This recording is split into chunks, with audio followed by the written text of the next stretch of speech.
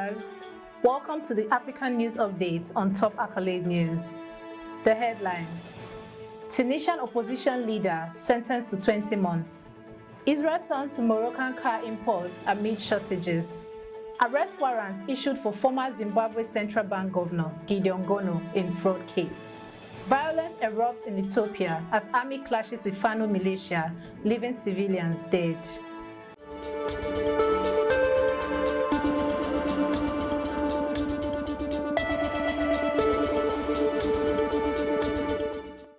In politics, Tunisian opposition leader sentenced to 20 months.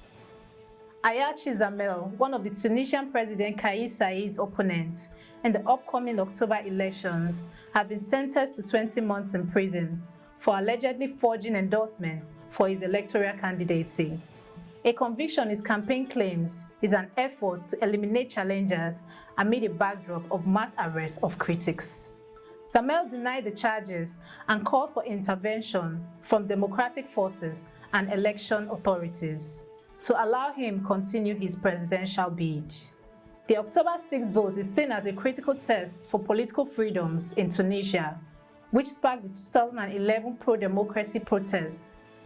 Meanwhile, the electoral environment has grown increasingly repressive, with at least 97 members of the opposition arrested recently and warnings issued to media outlets. As Zammel faces additional court hearings, the election landscape becomes more complicated for Saied, who is accused of consolidating power and failing to address economic challenges in the country. Despite this, Fitch Ratings has upgraded Tunisia's long-term rating, citing confidence in the government fiscal management amidst ongoing vulnerabilities. In business, Israel turns to Moroccan car imports amid shortages. Israel has begun importing a limited number of Moroccan-made cars from the Renault Group, specifically from the Stellantis Kenitra plant, and plans to expand its imports, including Peugeot 208 models. The Stellantis Kenitra plant, established in 2019, has ramped up production significantly this year, increasing its output from 200,000 to 450,000 vehicles after a $322 million investment. This move comes as Israel faces a shortage of popular models from Toyota and Hyundai. The situation in Israel's automotive sector has been complicated by Turkey's recent trade, which halted all trade operations with Israel until permanent ceasefire is established in Gaza, further emphasizing the need for alternative sources for vehicles. In business, arrest warrant issued for former Zimbabwe Central Bank Governor Gideon Gono in fraud case. An arrest warrant has been issued for former Reserve Bank of Zimbabwe Governor Gideon Gono after he failed to appear at the Harare Magistrate Court regarding a fraud case tied to Valley Lodge. The case, dating back to 2017, involved Gono's claim that local business owners Beverly Aisha Makoni and Clark Makoni illegally changed the lodge's directorship, which he maintained is still under his ownership. Gono's absence, which raised concerns, given the case public interest, prompted the issuance of the warrants. The Maconis are facing charges of illegal ownership, arguing that Gono's actions are motivated by their business dealings and connection to powerful political figures. Gono's representative received the warrant but did not clarify his plans to address the charges. The case underscored the intricate dynamics of ownership disputes in Zimbabwe, especially when influenced by political factors. In international conflict, violence erupts in Ethiopia as army clashes with Fano militia, leaving civilians dead.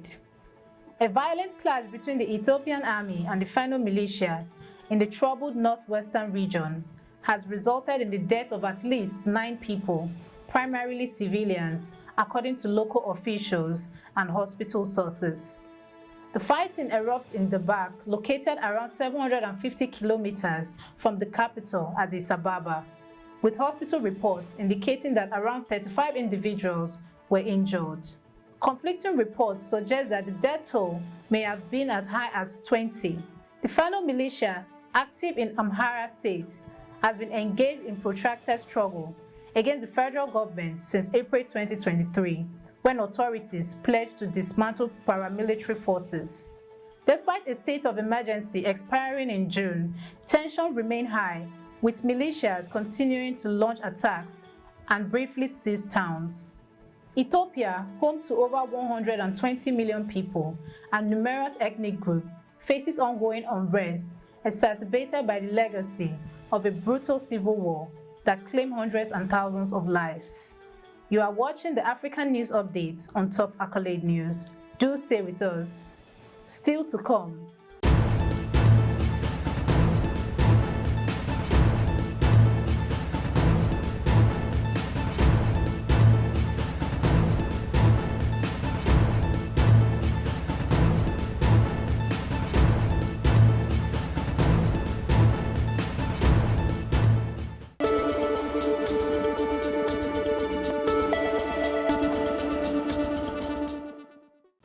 Thanks for staying with us. In education, Ghana to launch virtual senior high school with 10,000 student enrollments next academic year. Ghana's Minister of Education, Dr. Yaose Adotum, announced plans to launch a virtual senior high school starting next academic year, aiming to enroll an initial 10,000 students nationwide. This initiative was unveiled during the launch of the Ghana Knowledge and Skill Bank portal, developed in collaboration with the Ministry of Communication and the UK Open University. The virtual school will utilize the portal featuring content from the approved curriculum and offer innovative virtual labs where students can conduct experiments such as virtually dissecting a frog. Dr. Adotum emphasized this digital shift represents a significant transformation in the education sector, providing new opportunities for students and positioning Ghana at the forefront of education technology in the region. The portal, created by Ghanaian company with support of MTN and the World Bank, will grant access to over 5 million online resources and personalized learning options.